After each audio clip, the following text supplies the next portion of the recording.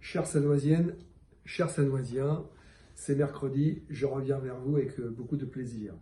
Alors, vous l'avez vu, puisque nous l'avons communiqué sur le site de la ville, j'ai pris la décision de ne pas réouvrir les écoles le 11 mai.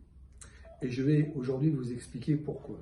D'abord, je suis resté à l'écoute des parents d'élèves, des enseignants, de mes services, et aussi peut-être à l'écoute de ce que je sais de ce qu'est une école.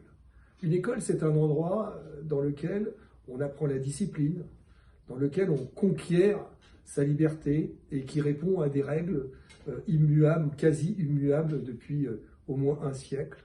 Et c'est par rapport à ces règles-là qu'on forge le citoyen de demain.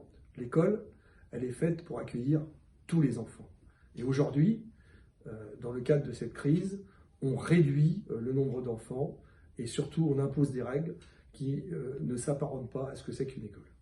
Donc, j'ai pris la décision de ne pas réouvrir les écoles. Pour autant, je continue à travailler, mes services continuent à travailler avec les enseignants, avec l'inspecteur de l'éducation nationale, avec les parents d'élèves, avec les animateurs, parce qu'il nous faudra, à terme, d'ici le 25 mai, créer un accueil pour les parents qui reprennent le travail, pour les parents qui ont besoin d'une garde pour leurs enfants. Et c'est à cela que nous allons nous atteler dans les 2 semaines qui viennent. J'ai pris une deuxième décision, c'est celle d'ouvrir les crèches pour les parents, là encore, qui reprennent le travail. Et cette décision s'adresse notamment aux 2 parents qui travaillent ou aux familles monoparentales. Donc les crèches familiales de Sannois seront réouvertes le lundi 11 mai. Nous avons aussi travaillé pour renforcer notre demande de dérogation pour l'ouverture du marché. Nous avons fortement appuyé la demande de la Somarep et la demande du maire de Sannois, et je pense que nous serons parmi les marchés qui rouvriront dans les jours qui viennent.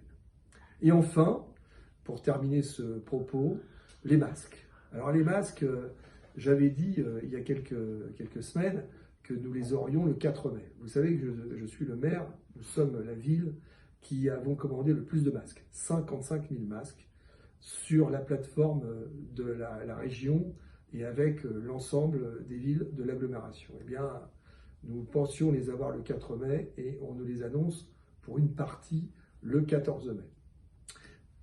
Eh bien, nous ferons, à partir de cette date-là, l'envoi prévu aux personnes âgées sous forme de courrier, puisque nous avons un mailing de personnes âgées. Et puis, on a mis en place une plateforme sur laquelle vous pouvez vous inscrire en mettant votre adresse et vos besoins.